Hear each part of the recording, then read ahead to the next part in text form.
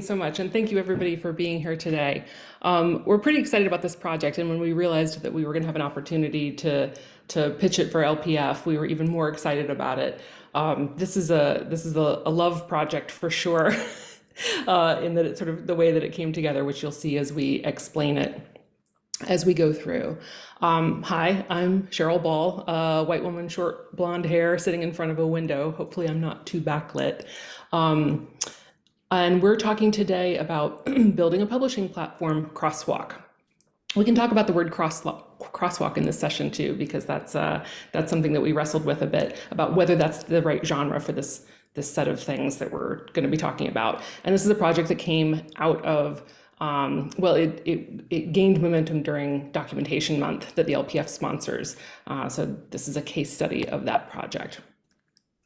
All right, and here's what we're going to talk about today. I'm going to give a brief overview, talk about the background, the needs and the background of the project, and then Corinne is going to talk about the build process, like everything that we did to go through to gather all of our info, and Matt's going to talk about the design stages that we're at. Then we're going to take questions, and then we're going to do, we've saved some time at the end to ask some questions of y'all in a form of usability testing.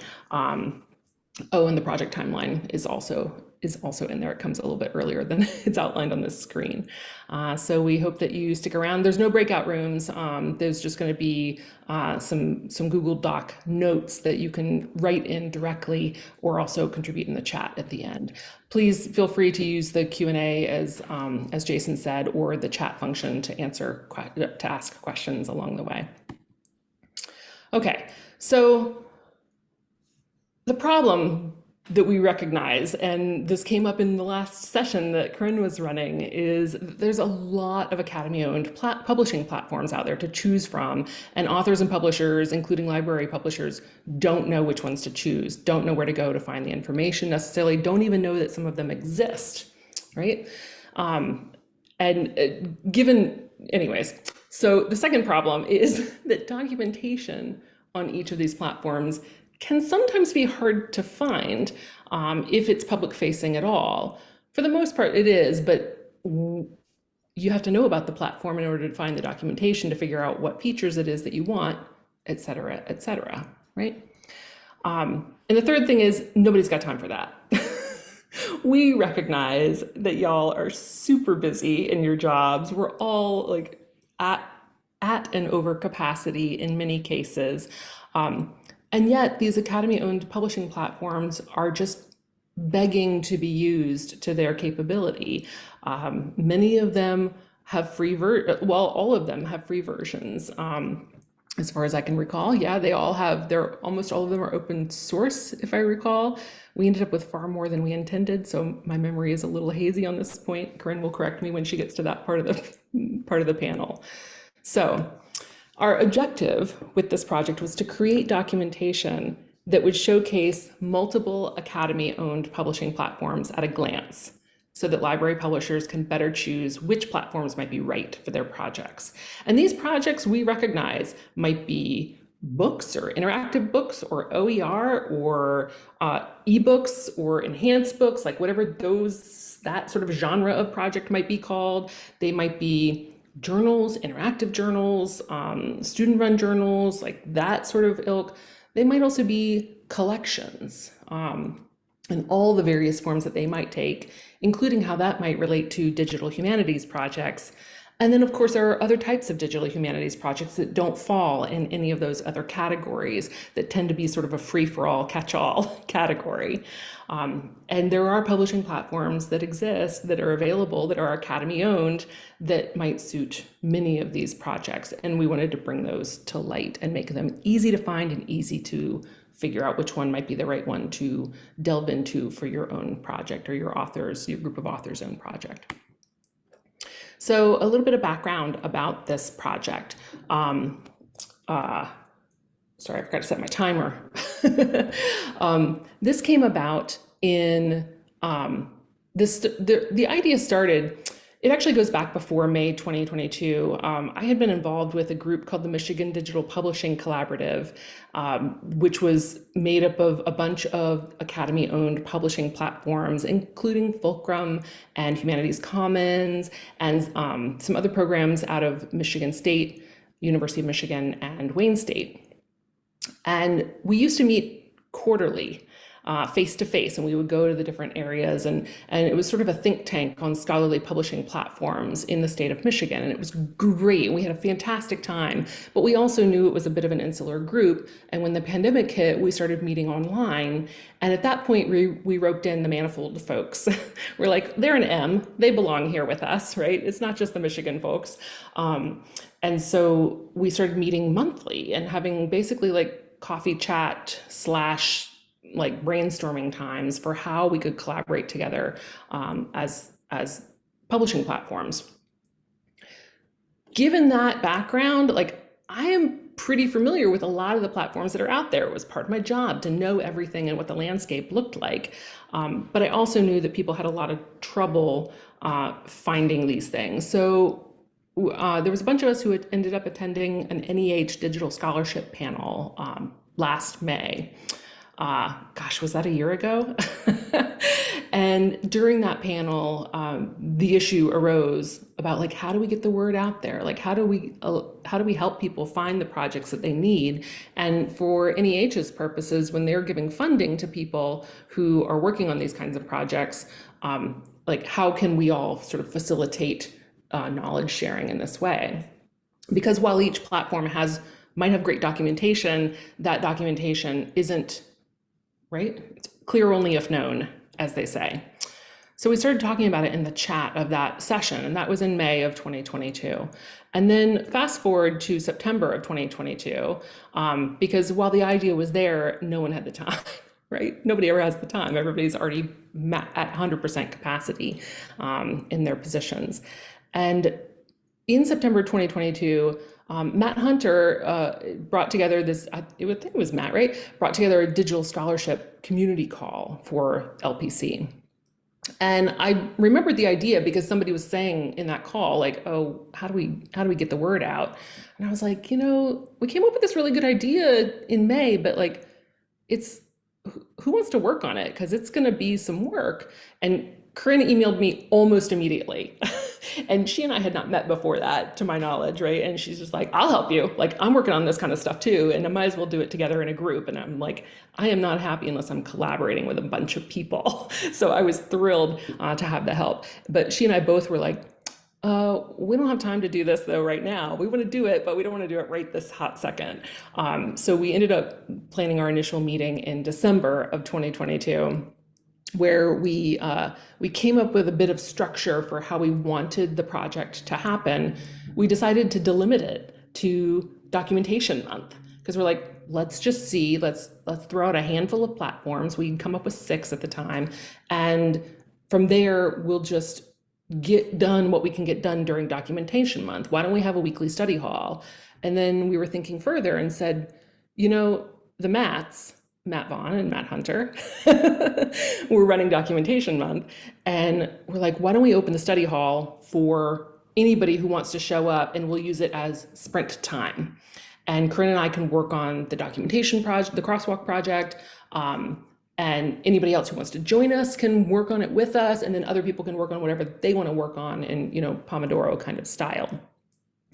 And thankfully, the Matts agreed that was a good idea. So we began, Corinne and I got together in January to do some pre-planning, including coming up with a short list of the criteria and the platforms that we wanted to cover. She's going to go into way more detail about that in a moment. And then, of course, come February, it was documentation month, and our Friday study halls from 3 to 4 p.m., I believe, began Eastern time. And that's when we roped Matt into actually helping us with the Crosswalk project, because he's an OJS expert and offered to help us write that bit of documentation that we needed. So we put him to work for sure. So that takes us into the build process, and I'm going to hand this over to Corinne. Awesome. Thank you so much, Cheryl. And Yeah, I did probably respond like right away. I want to help because I do have a deep passion, as this is my second presentation today on platforms for figuring out what's the right platform for people to use. Can you go to the next slide, please?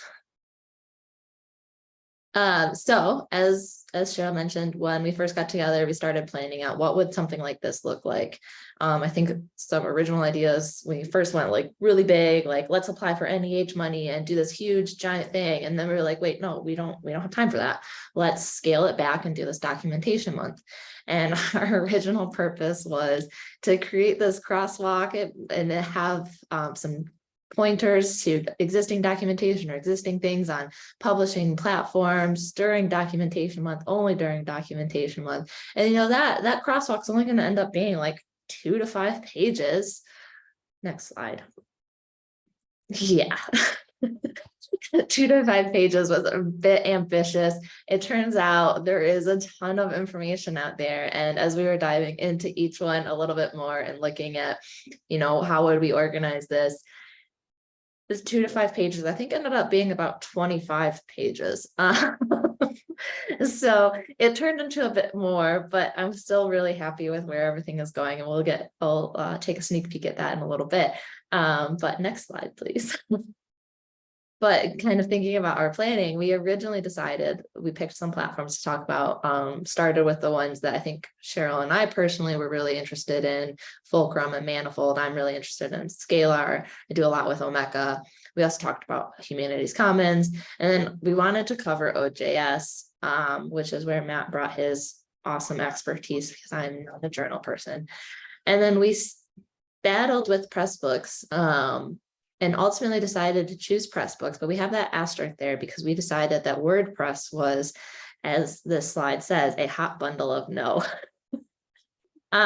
Because we figured that WordPress is so broad, it's so vague. You really can do anything with it. I mean, it can be something as simple as a blog. You can share more of like a book-like content on there, or it could be something very interactive.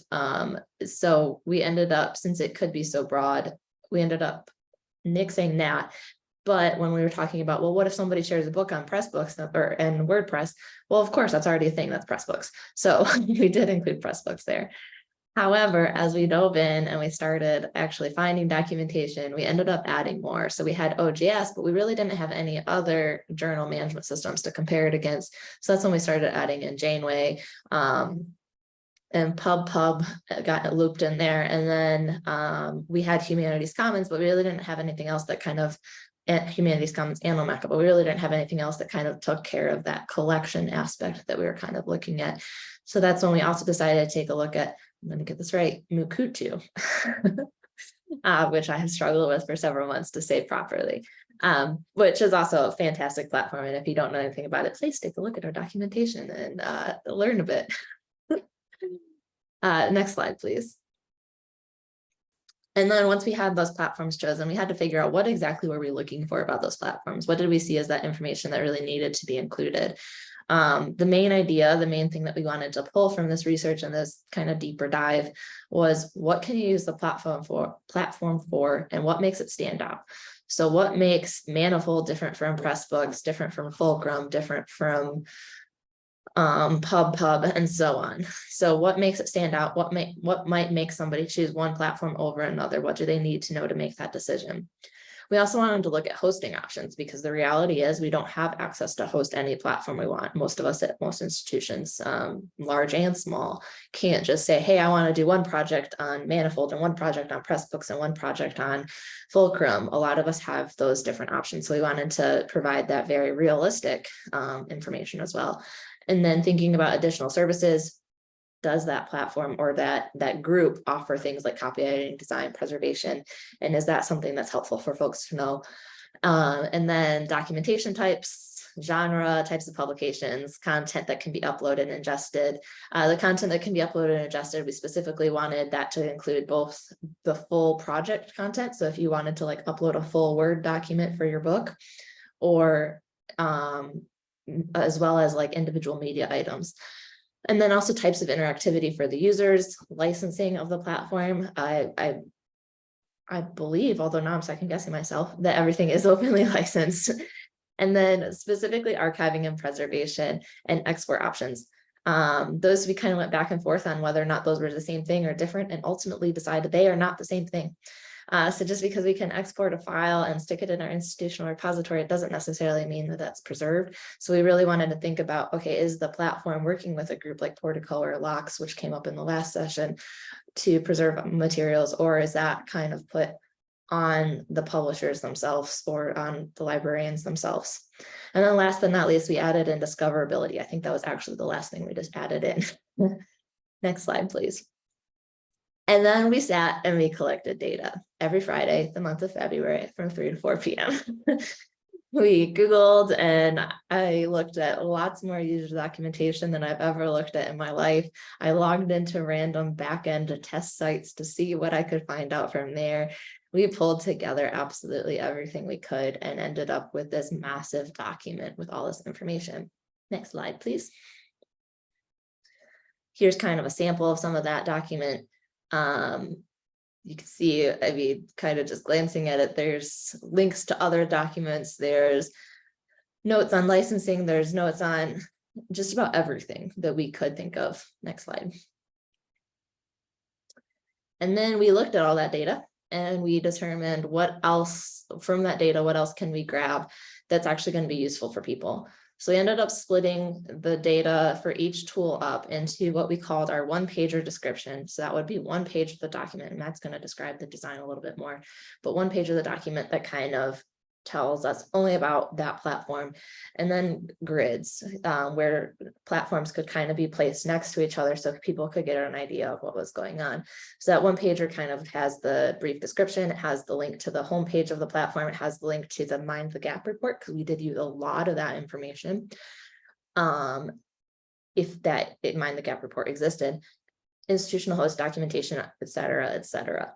The feature grids, though, were more of a place where we could kind of compare and contrast the different platforms. So what platforms offered hosting through the platform, what platforms offered localized hosting, and so on and so forth. So kind of be able to take a quick look and glance, okay, I can only do local hosting. What are the platforms I have available to me? And same thing with all those other aspects listed there, like preservation. I'm a big preservation fan, as people might know. Next slide, please. And then as we were thinking about this, we decided we would split those platforms up by genre to help organize this document a little bit better. So folks who are looking for specific tools that they could use to build an ebook could maybe look at a grid of ebook tools and find Manifold, Fulcrum, Pressbooks, Scalar, Janeway with an asterisk, and PubPub. If anybody was looking more for something that's journals, you have those options, collections, community publishing. And I think we have another one in there for DH projects that's not actually listed on this slide, but that's an option as well. And next slide, please.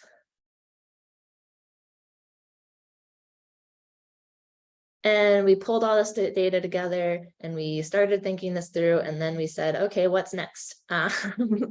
Because it didn't actually just only last the month of February, which is actually a really great thing because I've really enjoyed working on this project. But we came up with a schedule. So we already kind of got used to that Friday 3 to 4 time frame. And we just booked every other Friday from 3 to 4 to talk about this project and meet to go over that. We sometimes had very realistic goals of researching a specific platform or trying to finish off some research on a specific platform.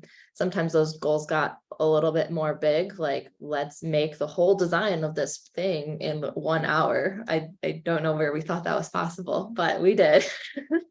And other goals that I thought were really big, like submitting an abstract to talk about this exact process in a journal, ended up being totally doable within an hour, and mostly because of Cheryl's amazing writing skills. But nonetheless, we've got it done. We are still working forward. We're still meeting every other Friday.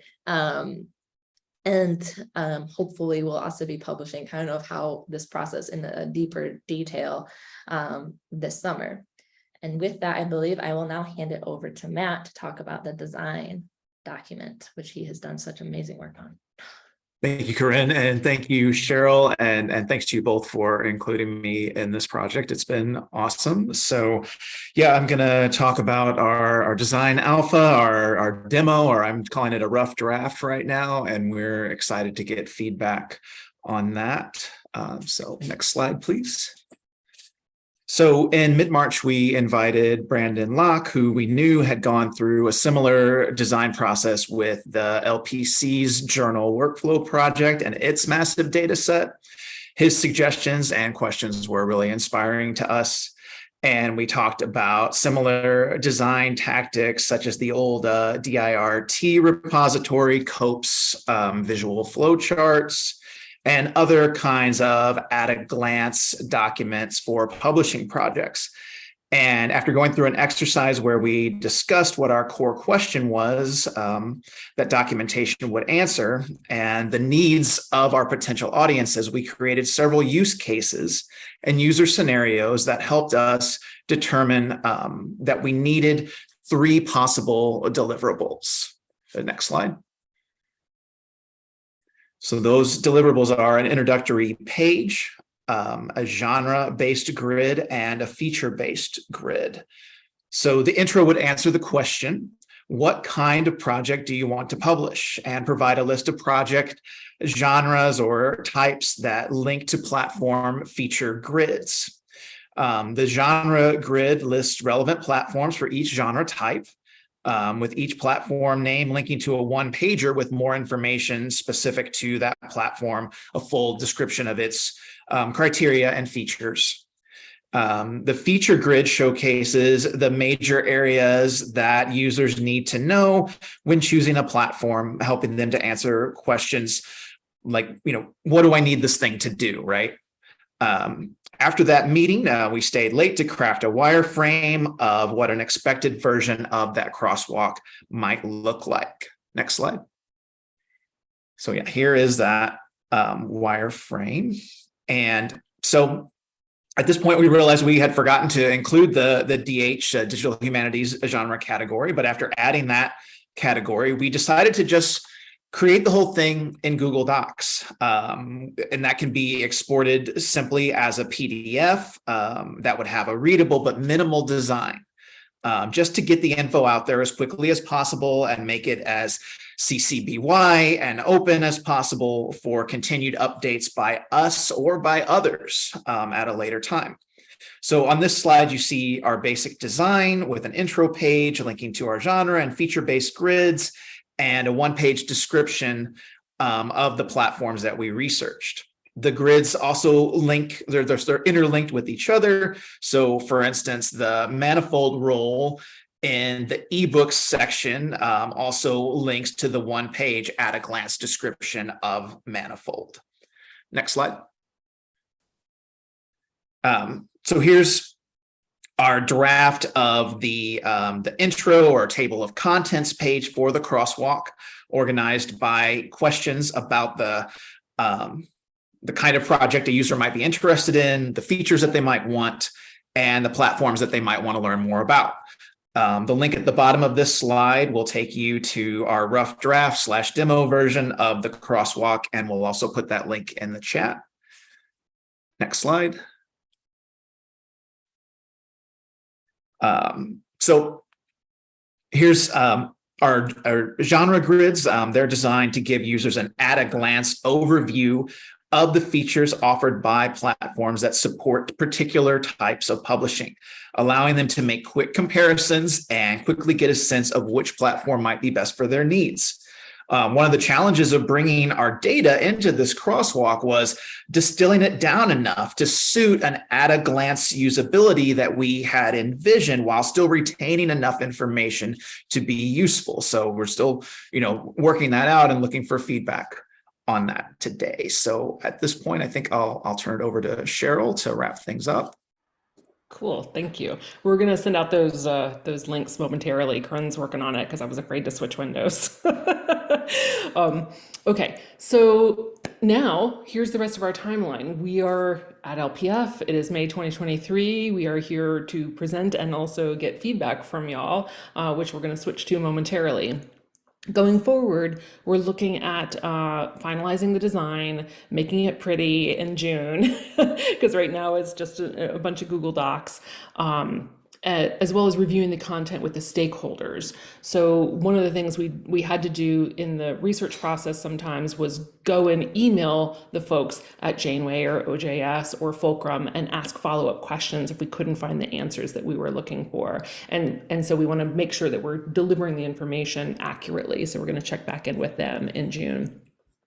In July, we're going to work on our user testing of the pretty designs. And I'm putting pretty in scare quotes here because like we want to get the information out there as quickly as possible. And hey, if you're a great designer and want to help us make this real pretty, shoot us an email. But we're going to do some testing of whatever designs we end up having in July, as well as beginning to draft our International Journal of Librarianship. Did I get that right? The IJOL article that we were gratefully, our abstract was selected for the special issue that Charlotte Rowe et al. Are publishing in August, or later this year, sorry, it's due in August. And then in August, we plan to, as well as alongside submitting the article, we want to be able to point to some stable URLs and DOIs. So we're going to be publishing the Crosswalk through some different preservation options that we've come up with, including making sure that information gets distributed through an LPC blog post, potentially cross-publishing it in different archives, maybe alongside the library publishing curriculum stuff that's held in the repository at Wayne State or at Corinne or Matt's or both. They're the expert on where exactly we should be publishing this, but we also want to get information from you on how we should distribute this information to users, because y'all are one of the users that we're most interested in. So before we get into some of the we've got some questions that we want to go into, but for y'all. But first, do you have any questions for us?